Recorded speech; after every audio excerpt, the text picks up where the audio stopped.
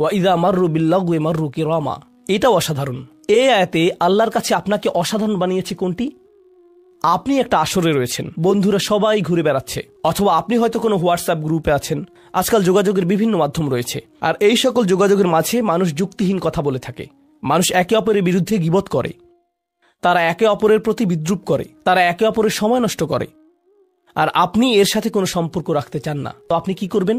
আপনি আসরটি ত্যাগ করবেন। কিন্তু আপনি প্রথমে একটা লেকচার দিবেন না যে এগুলো সবই অর্থহীন, তোমরা নিজেদের সময় নষ্ট করছো, আস্তাগফিরুল্লাহ, আমি তোমাদেরকে আল্লাহর দিকে ডাকছি এবং তওবা করতে আহ্বান জানাচ্ছি, তোমরা এই ভিডিওটি দেখো, আমি এই আসর ত্যাগ করছি না। অথবা আপনি কোনো পার্টিতে রয়েছেন আর বললেন, আস্তাগফিরুল্লাহ, তোমরা সবাই গীবত করছো, আমি এখান থেকে চলে যাচ্ছি। ওয়া ইযা মাররু বিল্লাগwi মাররু কিরামা। যখন তারা এই ধরনের আসরের পাশ দিয়ে যায়, যখন তারা এই ধরনের পরিস্থিতির সম্মুখীন হয়, তারা সেখান থেকে বেরিয়ে আসে সম্মানজনক উপায়ে, মাররু কিরামা। অন্য কথায়, তারা তাদের নিজস্ব মর্যাদা রক্ষা করে। তারা এমন অবস্থায় পড়ে না যা অন্যদেরকে এবং তাদের নিজেদেরকে অপমানিত করে। আর এই প্রক্রিয়ায় তারা অন্য কাউকে খারাপ বোধও করায় না। তারা সম্মানজনক অজুহাত তৈরি করে এবং নিজেদেরকে সেই পরিস্থিতি থেকে বের করে আনে। ওয়া ইযা মাররু বিল্লাগwi মাররু কিরামা। আর সবশেষে, ওয়াল্লাযীনা ইযা যুক্কিরু বিআয়াতি রাব্বিহিম লাম ইয়াখিরু আলাইহা।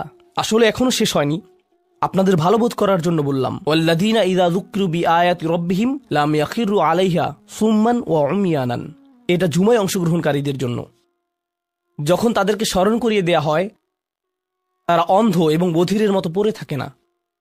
অন্য কথায়, তারা সেগুলো উপেক্ষা করে না, তারা সেগুলোকে হালকাভাবে গ্রহণ করে না। তারা কিছু শোনার পর বলে না যে হ্যাঁ, এটা আমার সম্পর্কেই বলেছে, এটা ঠিকই আমার বিবেককে আঘাত করেছে, কিন্তু আমি ভুলে যাব যে এটা আমি শুনেছি। আমি ভান করব যে এটা আমার সম্পর্কে না এবং এটা নিয়ে চিন্তা করব না। তারা ইচ্ছাকৃত বধির না, আর তারা ইচ্ছাকৃতভাবে অন্ধও না। সেই স্মরণিকার প্রতি যা তাদেরকে প্রদান করা হয়েছে, এটা ছিল আপনার সম্পর্কে, এটা ছিল আপনার কার্যকলাপ সম্পর্কে, আপনার উদ্দেশ্য সম্পর্কে। আর এখন আপনি এটা আর নিতে পারছেন না, কারণ আপনি পরিবর্তিত হতে চান না। বাল ইউরিদুল ইনসানু লিয়াফজুরা আমামাহ। মানবজাতি শুধু তার সামনে যা রয়েছে তাতে নিমজ্জিত হয়ে যেতে চায়। প্রলোভনগুলো এতটাই মজবুত। আর কোরআন উলিন নুহা সম্পর্কে বলছে, তারা এমন মানুষ যারা নিজেদেরকে সংযত করতে পারে। আপনাকে স্মরণ করিয়ে দেয়া হচ্ছে নিজেকে সংযত করার জন্য, আর আপনি বলছেন আমি সংযত হতে চাই না, আমি এই অবস্থাতেই ভালো আছি। আমি ইতিমধ্যেই কাজটি করার দিন, তারিখ এবং স্থান নির্ধারণ করে ফেলেছি এবং টিকিটও করে ফেলেছি। এরপর এই খুতবাটি আমার মুড নষ্ট করে দিল। তো আমি এখন একটা বার্গার খাবো এবং খুতবায় যা শুনেছি তা নিয়ে চিন্তা করব না। তারপর সেখানে যাব যেখানে আমি যেতে চেয়েছিলাম। খুতবাটা বেশ দেরিতে শোনা হয়েছে। সেই মানুষেরা এমনটা করে না। যখন কোনো স্মরণিকা শ্রবণ করে, নিজেদের উপর এর প্রভাব পড়তে দেয়। তারা এটাকে পরিবর্তন ঘটানোর সুযোগ দেয়। এটাই তাদেরকে আল্লাহর কাছে বিশেষ মানুষে পরিণত করে। প্রসঙ্গক্রমে, কখনো কখনো আপনার ভিতরে ঘটে যাওয়া সেই পরিবর্তন অন্য কেউ দেখে না, অন্য কেউ জানে না সেই পাপ সম্পর্কে যার দিকে আপনি অগ্রসর হচ্ছিলেন।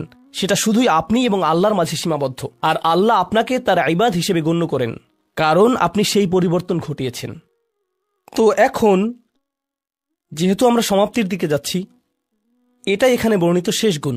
এই মানুষেরা শুধুমাত্র নিজেদের নিয়ে উদ্বিগ্ন না, বরং তারা তাদের পরিবার নিয়ে উদ্বিগ্ন।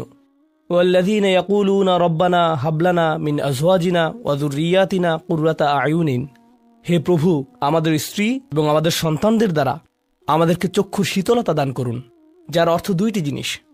আমি জটিলতা পরিহার করে আপনাদেরকে সরলভাবে কুররাতা আয়ুনিন এর অর্থ বুঝিয়ে বলছি।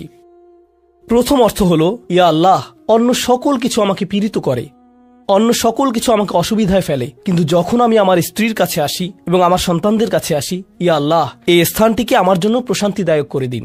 আমার সকল অসুবিধা দূর হয়ে যায় যখন আমি আমার স্ত্রীর দিকে তাকাই। আমার সকল অসুবিধা দূর হয়ে যায় যখন আমি আমার সন্তানদের সাথে থাকি। ইয়া আল্লাহ, আমার স্ত্রী এবং আমার সন্তানদের মাঝে এটা প্রদান করুন, অথবা আমার স্বামী এবং আমার সন্তানদের মাঝে এটা প্রদান করুন। কুররা শব্দটির দ্বিতীয় অর্থটি এসেছে করার থেকে। করার অর্থ যখন আপনার চোখ কোথাও আটকে যায়।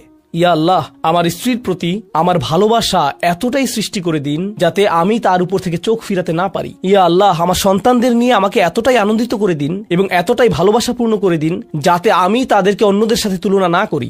আমার যা রয়েছে তা নিয়ে আমি সুখী। তারা খারাপ বোধ করুক, এটা আমি চাই না। আমি তাদের অর্জনের স্বীকৃতি প্রদান করি। আমাকে সেই সামর্থ্য দান করুন যাতে স্ত্রী এবং সন্তানদের মাঝে কুররাতু আয়ুন খুঁজে পাই। আমাকে একটি মজবুত পরিবার দান করুন এবং আমাকে আমার পরিবারের প্রতি সন্তুষ্ট করে দিন। আপনাদের অনেকের জন্য একমাত্র দুশ্চিন্তার বিষয় হল স্ত্রী এবং সন্তান। এই দোয়া অনুযায়ী দুশ্চিন্তার একমাত্র উপশমকারী হওয়া উচিত স্ত্রী এবং সন্তান। আর আপনি নিজে চেষ্টা না করে শুধু আল্লাহর কাছে কিছু চাইতে পারেন না, কারণ আল্লাহ বিশেষ কোনো বৃষ্টি আপনার পরিবারের উপর বর্ষণ করবেন না যার ফলে আকস্মিকভাবে আপনি আপনার স্ত্রীকে ভালোবাসতে শুরু করবেন। এর জন্য চেষ্টা করতে হবে। আপনার সন্তানদের সাথে সম্পর্ক উন্নয়নের জন্য আপনাকে চেষ্টা করতে হবে। এটা রাতারাতি ঘটবে না। এটা এমন জিনিস যাতে আপনাকে এবং আমাকে বিনিয়োগ করতে হবে। তো আল্লাহ আমাদেরকে সামর্থ্য দান করুন যাতে আমরা শুধুমাত্র মুখে এই দোয়া করে ক্ষান্ত না হই, বরং দোয়াটি যাতে বাস্তবায়িতও করতে পারি, কারণ আল্লাহ প্রচেষ্টার বিষয়ে জিজ্ঞেস করবেন। এমনকি সেই বিখ্যাত দোয়াটির শেষেও এটা এসেছে, রব্বানা আতিনা ফিদ দুনিয়া হাসানা ওয়া ফিল আখিরাতি হাসানা ওয়া কিনা আযাবান নার। বিখ্যাত একটি দোয়া, তাই না? আমাদেরকে এই জীবনের সর্বোচ্চটা দান করুন, পরের জীবনেরও সর্বোচ্চটা দান করুন, আমাদেরকে জাহান্নামের শাস্তি থেকে রক্ষা করুন।